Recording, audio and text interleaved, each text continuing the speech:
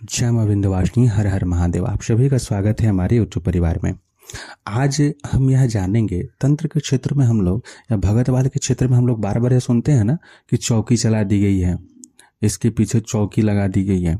ठीक है, तो इस शब्द से हम लोग सोचते हैं कि चौकी का क्या मतलब होता है। चौकी को तोड़ना, चौकी को बांधना, तो फलाना का चौकी को बांधने का मंत्र, तो चौकी खोलने का मंत्र, तो किसी के ऊपर चौकी चल गई है। इस प्रकार की चीज़ों का आखिर में क्या वास्तविक अर्थ होता है और इसका क्या महत्व है, कैसे क्या होता है, इस विषय को हम लोग आज अच्छी प्रकार से विस्तृत रूप से जानेंगे। तो वीडियो थोड़ा लंबा में भी हो सकता है।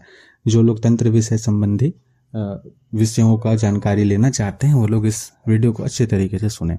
इससे पहले आप सभी से निवेदन है, कृपया वीडियो को लाइक करें, आपके कोई प्रश्न हो तो कमेंट करें, चैनल को सब्सक्राइब करें। टेलीग्राम ग्रुप का लिंक और सिद्ध साबरे विद्या नामक दूसरे चैनल का लिंक वीडियो के डिस्क्रिप्शन में है, जहां पर आप सभी जुड़ सकते हैं। चौकी का अर्थ एक तरीके से हुआ कि एक आसन, ठीक है, जो हम लोग देखते हैं कि अपने पूजन स्थान में जो हम लोग भगवान के निमित्त आसन बनाते हैं, चौकी उसी को कहा जाता है। चौक पूर्णा एक होता है कि सजाना, उस स्थान को सजाना, रंगोली इत्यादि के माध्यम से समझाना। सरल रूप से, सामान्य रूप से यही बोला जाता है।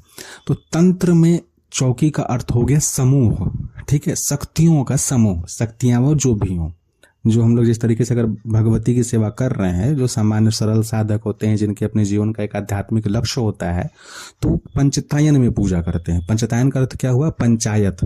पंचायत मतलब भगवती हैं तो किस ओर भैरव जी रहेंगे, कहाँ हनुमान जी, कहाँ गणेश जी, ऐसे पंचतायन। तो पंचदेवों को केवल कहा जाता है, लेकिन तंत्र का पंचतायन अलग अलग तरीके से होता है, ठीक है।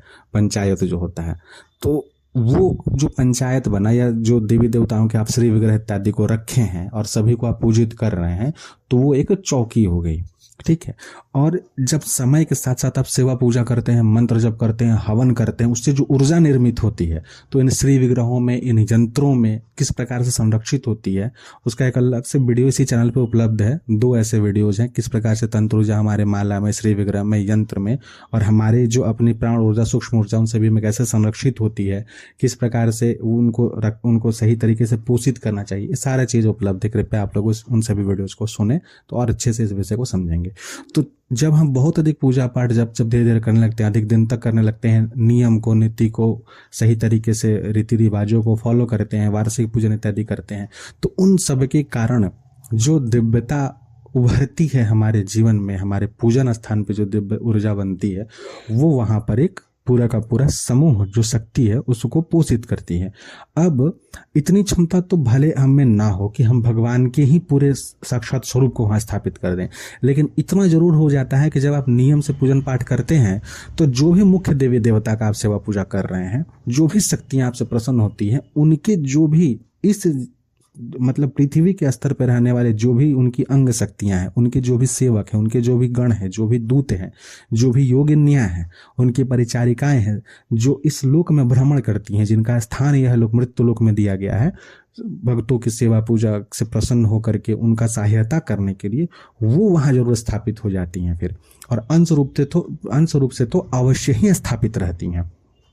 तो ये जो है एक चौकी का यहाँ पर निर्माण हो गया। अब सिद्ध चौकी यहाँ पे अलग हो जाएगा, किसी विशेष सिद्ध का चौकी अलग हो गया, योगिनी चौकी इत्यादि, ये सब अलग अलग विषय होंगे, लेकिन चौकी हम लोग इसी को बोलेंगे। अब इसी को तंत्र में भगत वाले में लेके जाते हैं कि भगत वाले में क्या करते हैं।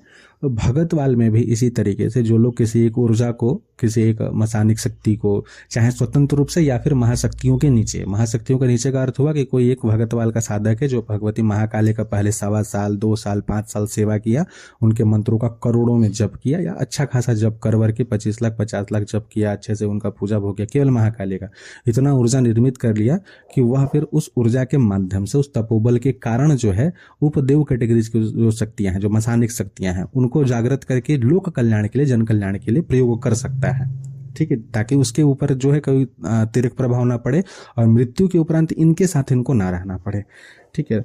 तो ऐसे समय में क्या होता है कि जब भी कोई साधक इस प्रकार के सामान्य शक्तियों को सिद्ध करता है, तो वो भी एक चौकी बनाता है। सामान्य शक्ति का अर्थ हुआ कि जिसने मसानिक शक्तियों को सिद्ध किया, सामान्य पूजा पाठ भगवती का करता है, या किसी महाशक्ति का, हनुमान जी का या शिव जी का पूजा उसे सामान्य रूप से किया, लेकिन अपने तंत्र प्रवृत्ति को पोषित करने के लिए या भगतवाल की जो भी शक्तियों को सिद्धियों को जागृत किया है, वचनबद्ध किया है, वो जो है मसानिक शक्तियाँ इत्यादि हैं। या अपने ही घर परिवार के जो देव होते हैं, देव कैटेगरी यानी कि कहीं ना कहीं वो तो प्रेत पूर्वज ही हैं, उनको उन्होंने जागृत कर लिया मंत्र बल से या भोग पूजा पे। ठीक है, तो इस तरीके से जो है उनको जागृत करके स्थान दे दिया। तो स्थान जब देंगे तो उनका भी अलग अलग रहेगा कि हाँ ठीक है, इनका यहाँ स्थान है, उनके नाम से वो रोज जो है भोग देगा। और दूसरे जो शक्तियाँ हैं उनका भी अलग अलग जगह है, तो किसी को घर के अंदर देगा, किसी को घर के बाहर देगा। तो घर के अंदर भी जो पूजा भोग इत्यादि देगा वो भी एक स्थान बनेगा। तो अब इसमें जो भगतवाल के लोग बने, जो भगतई करते हैं इस प्रकार के निकृष्ट शक्तियों के द्वारा भी, तो उनका भी एक चौकी हो गया। ठीक उसी प्रकार के जो अच्छे भगत होते हैं, जो भगतई में किसी सिद्ध शक्ति को प्रयोग करते हैं, लोकवीर हैं, अच्छे कैटेगरी के सात्विक मार्ग पे चलते हैं या तामसिक में भी जा रहे हैं, सभी चीज़ों को मिला के चल रहे हैं, तो जन कल्याण के हेतु चल रहे हैं, उनका अपने जीवन का लक्ष्य है, तो वो भी इस प्रकार से शक्तियों को अलग अलग जगह देते हैं। शिव जी की शक्तियों को अलग दिए, महाकाली की शक्तियों को जगह दिए, तो इस प्रकार से भी वो एक चौकी का निर्माण करते हैं। तो ये होता है चौकी। ठीक है, अब जो है चौकी जब इस प्रकार से बन जाती है तो अब इसमें कभी भी कोई भी साधक जो भगतवाल में है, पहले हम लोग इसमें दोनों के विषय में पहले चर्चा करेंगे कि जो गलत होते हैं वो कैसे क्या करते हैं, जो अच्छे होते हैं वो कैसे क्या करते हैं। जो इस प्रकार की अपनी चौकी को गलत तरीके से प्रयोग करना चाहते हैं वो लोग क्या करेंगे, सर्वप्रथम जब भी अपने विद्या का प्रयोग करना होगा, किसी के ऊपर जब अभिचार को चलाएंगे, ठीक है, तो एक एक करके अपने, एक तरीके से बोला जाए तो एक साइकिल चेन बनाते हैं। ठीक है, सरल रूप से समझाने के लिए हम बोल रहे हैं, विस्तृत में इसके भेद अनेक हो सकते हैं, तरीके अलग अलग हो सकते हैं जो सीखे हैं, लेकिन एक सरल तरीके से समझिए। जैसे किसी के ऊपर अभिचार प्रयोग हुआ और उसके चौकी में मसानी है, कच्चे कलवे हैं, मोहिनी हैं, अलग अलग प्रकार की चीज़ों को उन्होंने सिद्ध करके उन्होंने रखा है। तो अब किसी परिवार के ऊपर कैसे विचार करेंगे, देखेंगे अच्छा इस घर में जो है एक मालिक हैं, अब उनकी पत्नी है, 2 बच्चे हैं, लड़कियां हैं, वो जवान हैं कि क्या अवस्था है उनकी, सभी को देखेंगे और इस प्रकार से फिर प्रयोग होगा। तो प्रयोग कैसे करेंगे, घर परिवार को तोड़ने के लिए विचार में प्रयोग कैसे करेंगे चौकी का, ये गलत प्रयोग कैसे होगा, सर्वप्रथम उनके घर की चौकी को बांधेंगे।